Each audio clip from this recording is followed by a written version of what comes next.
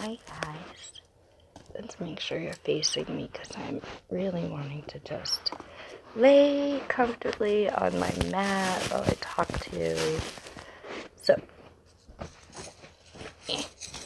yeah, perfect. Good morning, good morning, good morning. So, I just wanted to make a video this morning and clarify what I was talking about. 'Tis the season of death and it fucking hurts. In the realm of the cycles of life and nature, the winter is the season where everything just dies and gets ready to bloom the new. And so when you're in flow with life, and if you take a look around, you notice there's a lot of death happening on an energetic level. And I know in my life, I'm experiencing a lot of relational, emotional death and death of old stories inside that aren't serving me anymore.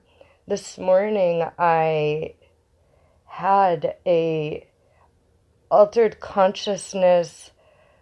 It felt like an altered consciousness hallucinogenic experience. And I was awake, but I had just woken up. I was about 20 minutes awake. And I went into this really trippy visualization of like a lot of old tapes and experiences and pain. And it was really fast and rapid and intense. And all of a sudden there's like all these stories of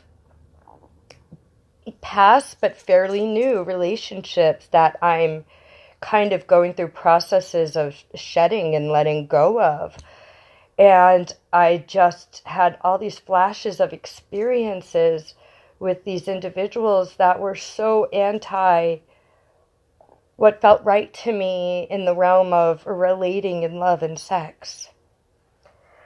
And so I feel like in the shedding of these relationships, I'm like shedding these stories and these belief systems around sex, love, and relationships. And, you know, everyone has to do what serves them.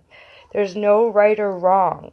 I don't use the word poly anymore because it's gotten very dogmatized or dogmified, whatever you want to call it. And, you know, when it comes to love, sex, and relating, it's a personal journey. There's no right or wrong. And I feel like I took on some right or wrong mindsets and thinking around relationships and sex and love that aren't serving me. They're not serving me. They're not serving the relationships I'm in and the relationships I want. They're not serving what I want in my life and my highest good and the kind of relationships I do want. And I imagine if you have exes, you could probably relate to that experience of letting go of exes or the transition of relationships where you realized where you started subscribing to beliefs that weren't yours, or you compromised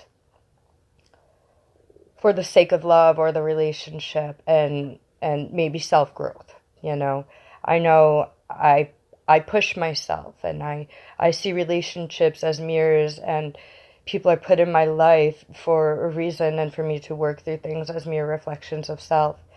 And so I push and stretch myself, and then sometimes you reach a point where you can't stretch yourself anymore, and you realize that there's too much compromise, and you're no longer yourself anymore. And then it's time to let go of the relationship. And time to let go of the idea of compromise for a relationship. It has its place. I really believe in compromise. I so believe in compromise.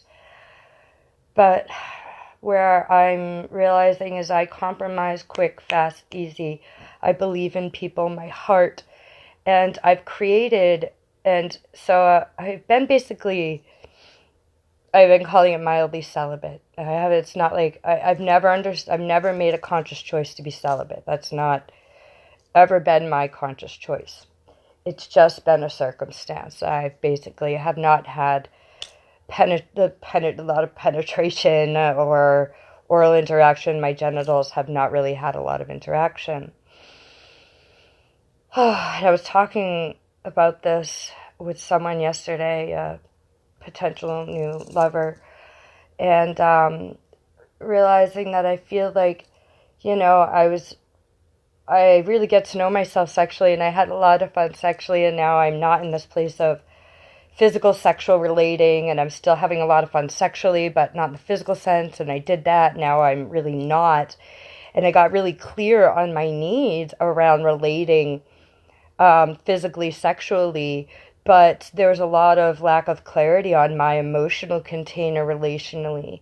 And I think over this period of time of not having a lot of physical sexual relations, I've been getting clearer on my emotional relational sexual container.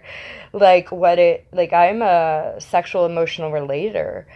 When I get aroused, I get emotional. I get aroused through emotions. Emotions arouse me.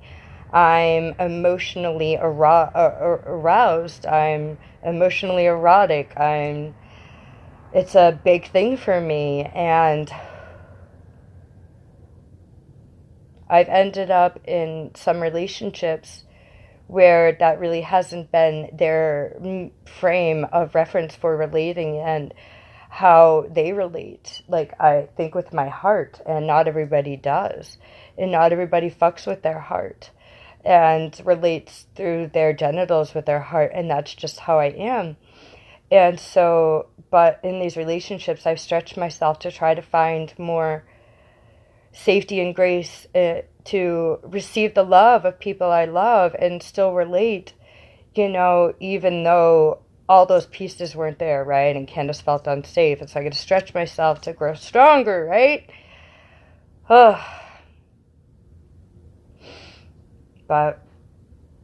there are certain areas I'm realizing I'm done stretching. I'm done compromising. I'm done stretching. I'm ready for authentic relating to myself and to what I really want. And holding that true for myself and creating a more solid, clear emotional container and relational container.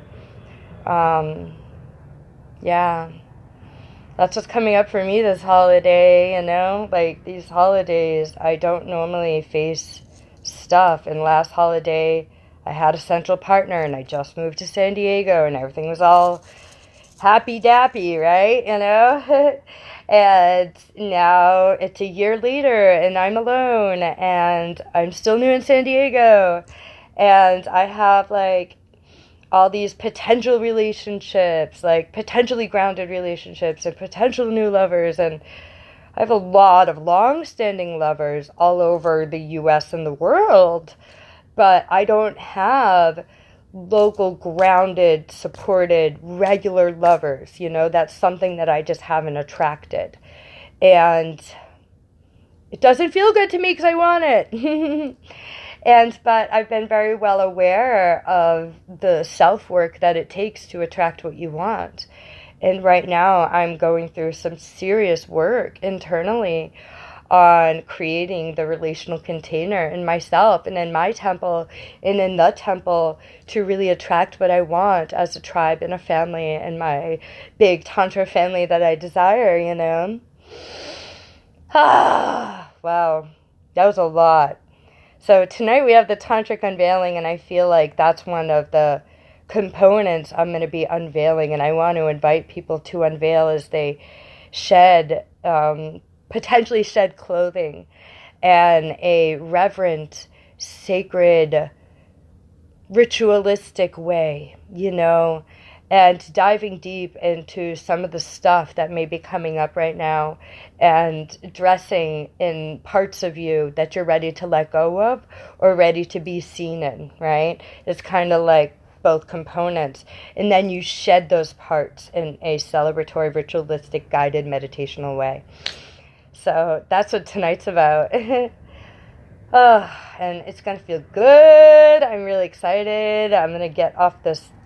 I'm going to be done laying around on the floor soon. I got to do a little bit more rolling and clean. And then tomorrow we have the Naughty North Pole Erotic Dance and Play Party. And I'm super stoked.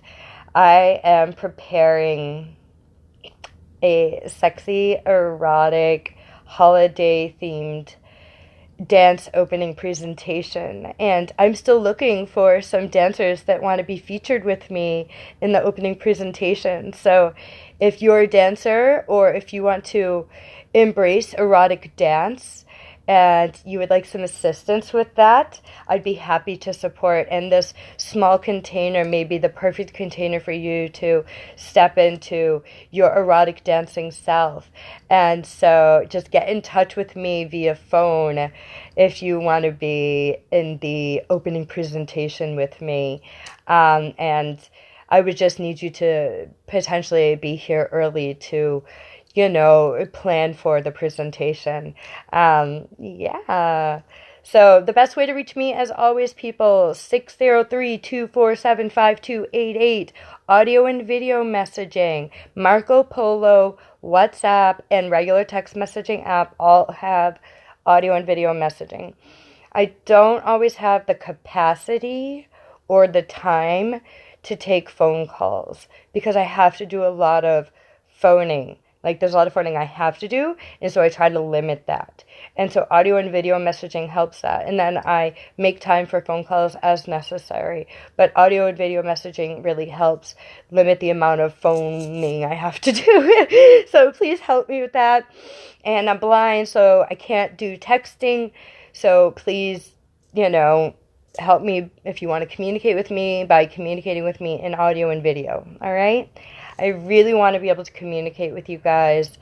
And if you don't hear back from me in a timely manner, within 24 hours or something, please reach back out because of my busyness and my blindness. I miss messages and then I have to take conscious choice to ignore my messages and my phone when I'm in session space with a client or I'm hosting an event or I need personal space, right?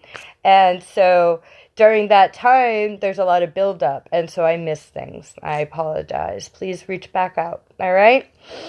I'm doing my best as a one-woman show to communicate, and also I am looking to hire someone. I'm looking for a professional assistant. So I need a lot of assistance. So if you're a professional that knows how to offer professional personal assistance, reach out. If you're not a professional, but you still want to offer assistance, reach out because I need help. I love you guys, and the help can be remote and on-site. I need remote support and on-site support. Mwah, mwah, mwah! Just trying to hold my shirt up to make sure my boobs don't fall out. That's what's going on here. I don't want to get in trouble. I don't like getting in trouble.